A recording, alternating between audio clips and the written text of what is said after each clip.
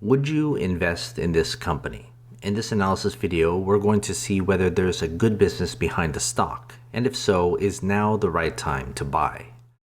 We're going to look at several metrics that will give us a better understanding of how much money the company is generating relative to its stock price, and that way we can get a clearer picture of the business. Growth. Investing in a growing company is the foremost rationale behind considering a stock investment. The premise is straightforward. When a company's earnings expand, its stock price tends to rise. If you hold shares of stock, you naturally want their value to appreciate. Beyond the influence of FOMO and hype, the key determinant of a stock's trajectory lies in its fundamentals. To assess growth, I focus on a single metric: earnings growth expressed as a percentage.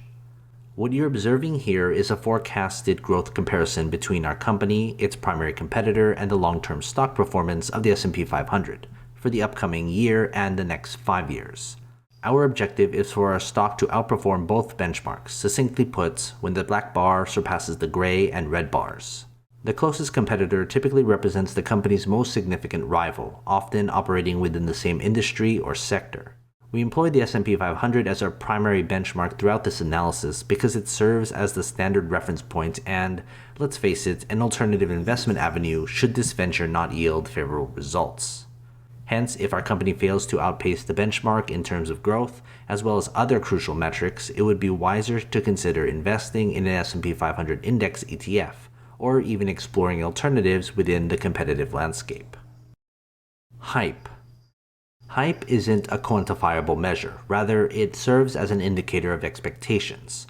We employ the price-to-earnings ratio, PE ratio, to assess the level of hype surrounding a stock. So why does hype matter?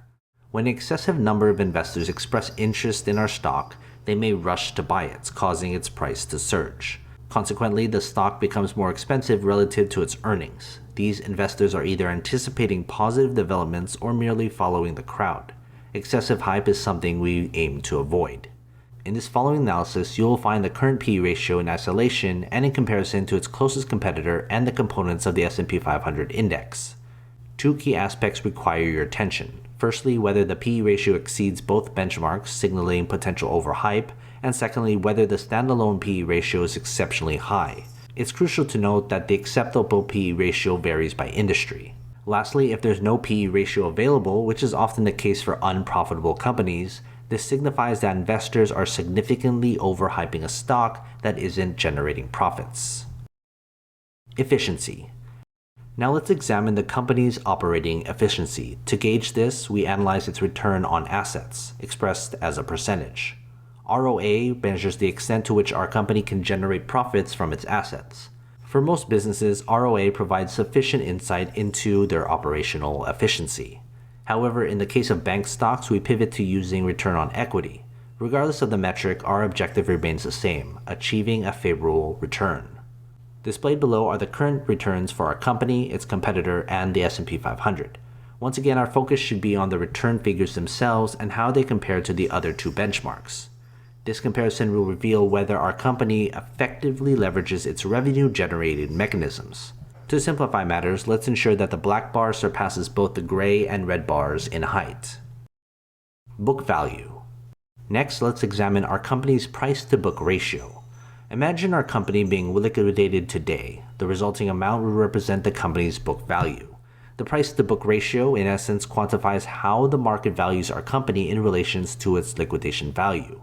It's calculated by dividing the company's market cap by its book value. An optimal price-to-book ratio is typically below 1, signifying an exceptionally value proposition for investors. However, a ratio under 3 is generally considered favorable. Here you can observe our company's current price-to-book ratio, as well as that of our competitor and the companies comprising the S&P 500. Our goal is to maintain a low price-to-book ratio, ideally below the index's ratio. In this scenario, we aim for our black bar to be shorter than the gray and red bars, indicating a more attractive valuation. Dividend. Now let's examine the company's dividend-related metrics. In front of you, you'll find three key metrics: the current dividend yield, the buyback yield, and the payout ratio. Regrettably, our company does not distribute dividends, which is a downside. However, this situation can be seen as a positive if there's an active buyback program and a lower payout ratio. Nevertheless, our preference always leans towards investments that provide ongoing returns to shareholders while maintaining ownership in the company.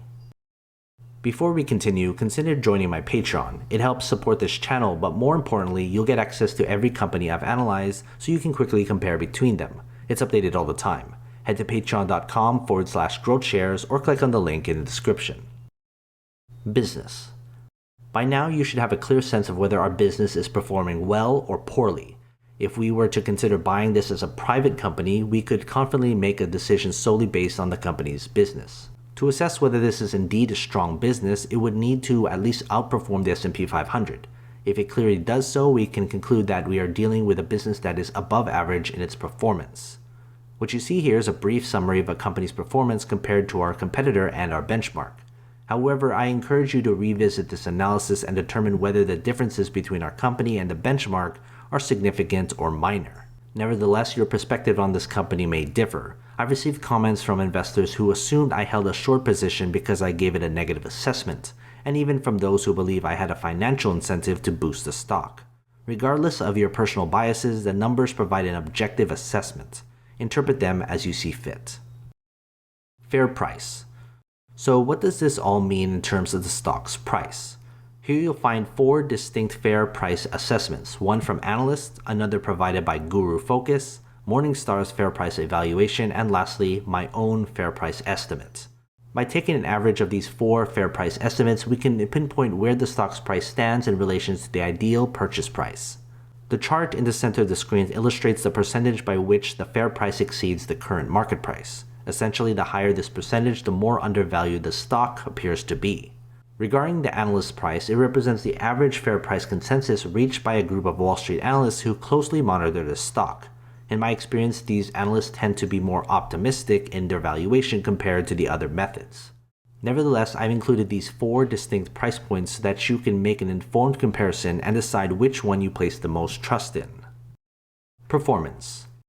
Now, what's the purpose of investing if the stock remains stagnant? While it's commendable for a company to possess a strong business model and an undervalued stock price, the dynamics of the stock market can introduce a completely different dimension. Though it's essential to remember that past performance doesn't guarantee future results, it's undeniable that historical trends exert some influence on what lies ahead. What you'll find here is a comparison of our stock's compounded annual growth returns against its industry and S&P 500 across various timelines. This provides an alternative perspective. If your primary concern revolves around the stock's historical performance and what you can reasonably anticipate in the future, you'll find your answer here. I'm presenting this information separately from my analysis, but I want to share it since some of you may have a keener interest in stock returns rather than delving into the company's fundamentals and its stock price. Final thoughts. In the past, I used to wrap up these videos by assigning a final grade, but that approach confines us to overly simplistic conclusions. From this analysis video, you can extract 3 key takeaways. 1. Examine the numbers to gauge the nature of the business backing the company. 2. Absorb the insights and opinions, both from me and others, regarding the fair price. And 3. Alternatively, you can disregard the first 2 points and focus on the stock's historical performance to guide your decision. This approach empowers you to make a more informed investment choice aligned with your preference and strategy. So remember to check out my Patreon. Your support is always appreciated. Invest wisely, and as always, take care of your money.